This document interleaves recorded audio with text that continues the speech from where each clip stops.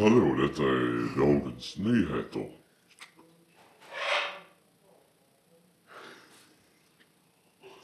Har ni hört om det nya modet?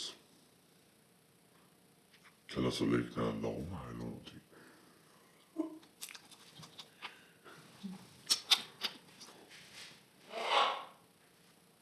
Vill du ligga ikväll?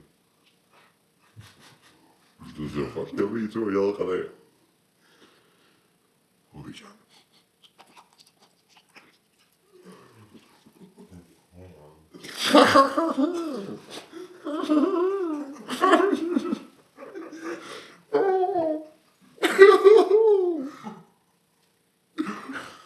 Okej, till nummer 2. Jag åt en dålig jordnöt. Och så ser det ut så här.